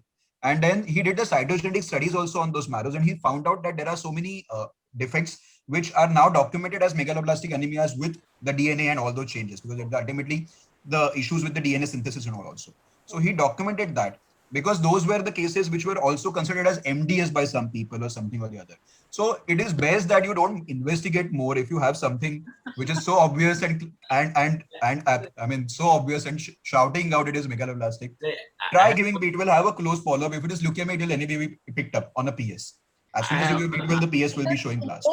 The money for the treatment rather than the diagnosis. I have another question. Whether it's a pre-malignant condition in hematology. Sorry? For example, Bexley Eldridge syndrome, other thing, they can have a leukemia or Down syndrome, they may have leukemia like that, right? So whether it is you can suspect a pre-malignancy condition, इसमें बाद में leukemia होने वाला है. So yes, so there are pre-malignant conditions which can kind of put you at an increased risk of developing leukemias in later life.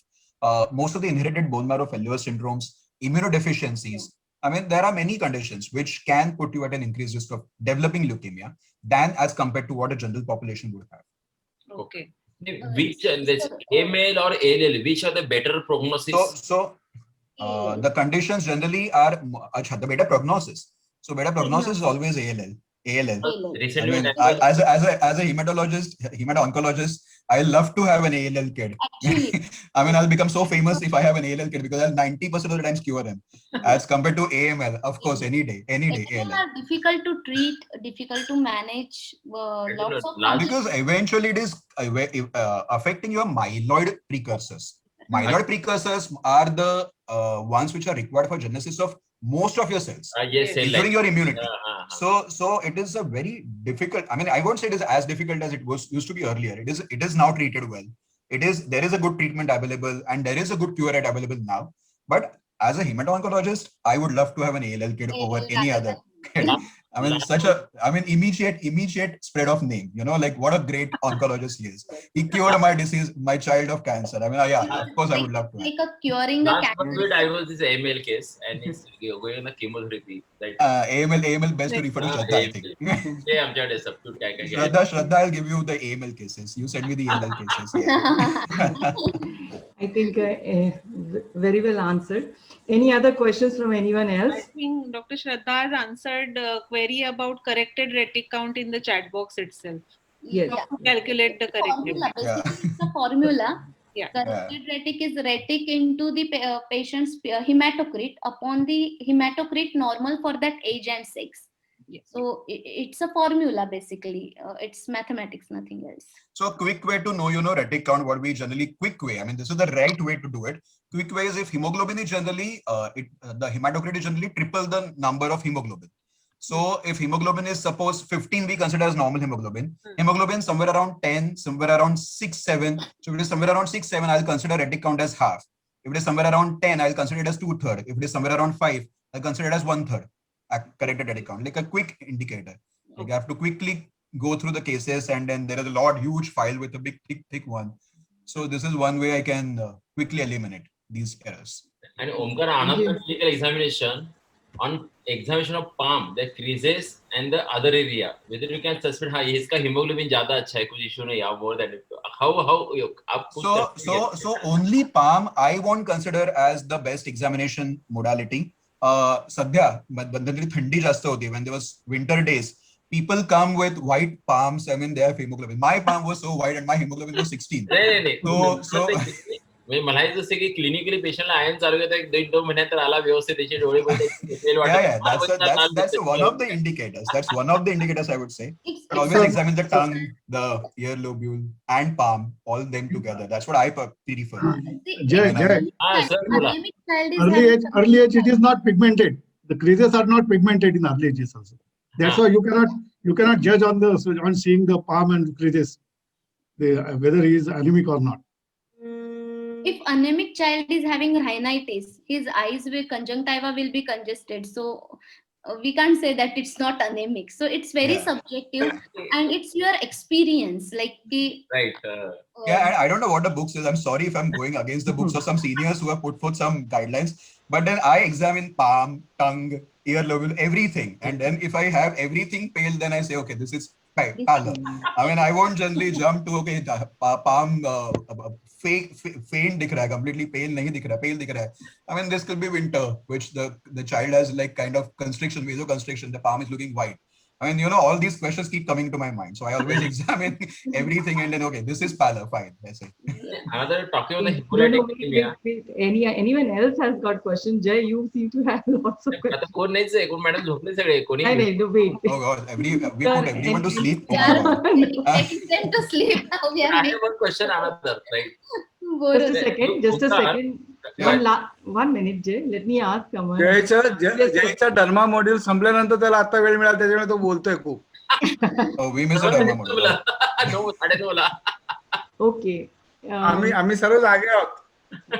Okay, one last question then from Jay now, if no one else has any questions. Okay, संपवायचं last question. I want to ask, mycoplasma, that infection is quite common, right? Pneumonia and other thing. How common is the hemolytic? They say there is hemolytic anemia associated with the macros. One of the, you can kind of physical finding or diagnose on macros on that.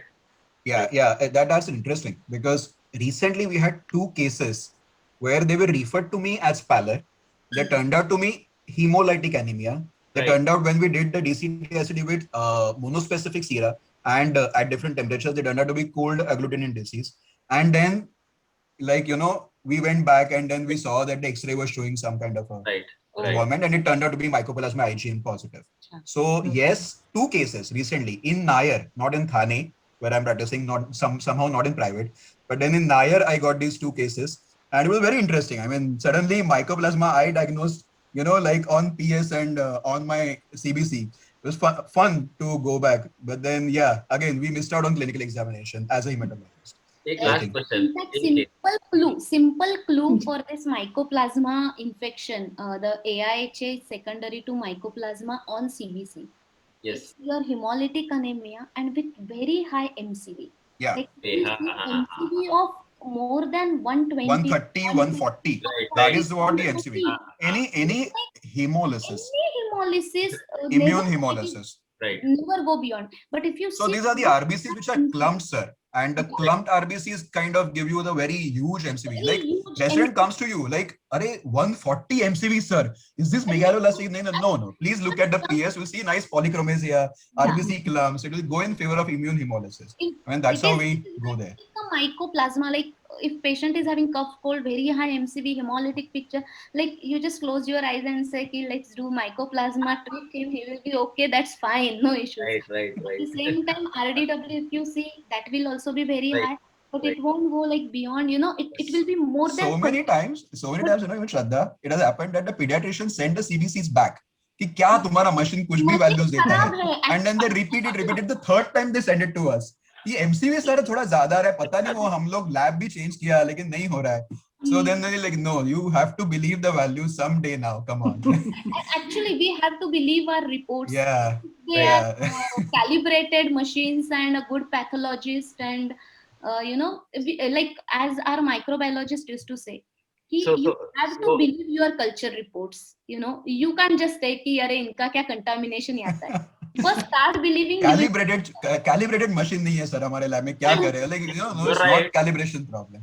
Again, in hematology, go to clinical history, proper physical examination, and before sending investigation, you should suspect which condition can be. It is very important. Yeah, unless your mind knows, your Right. eyes will not pick it up in the True. reports. True, Yeah. true, very. So that So mind very- will be trained only with history and examination.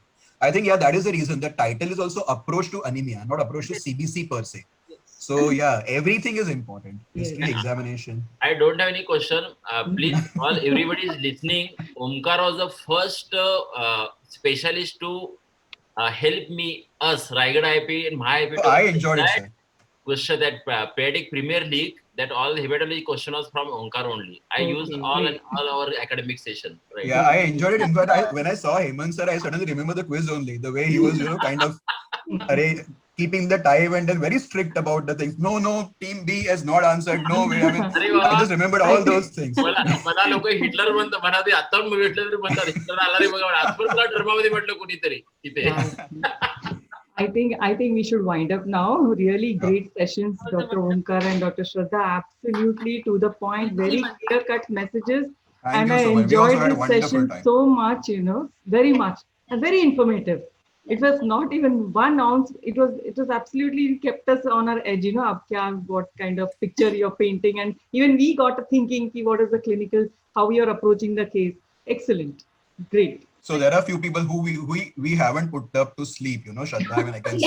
Yeah, we can be 100% sure. Omkar आणि श्रद्धा एक काम करूयात आपण आता फार छान session झालेलं आहे 1-2 महिन्यानंतर आपण हेमॅटॉलॉजीचं क्विज ठेवू सरळ Definitely, sir. चालेल. Anytime. We'll And only questions only from the session. yes, question from the session, right? खरंच छान होईल ते मजा येईल एकदम So now we will also know who were attending actually. And then, Thank you so much. okay, thanks a lot. Thanks, Okay. madam. Thanks, Thank you so much. all of you. Thank you so much. Thanks, Omkar.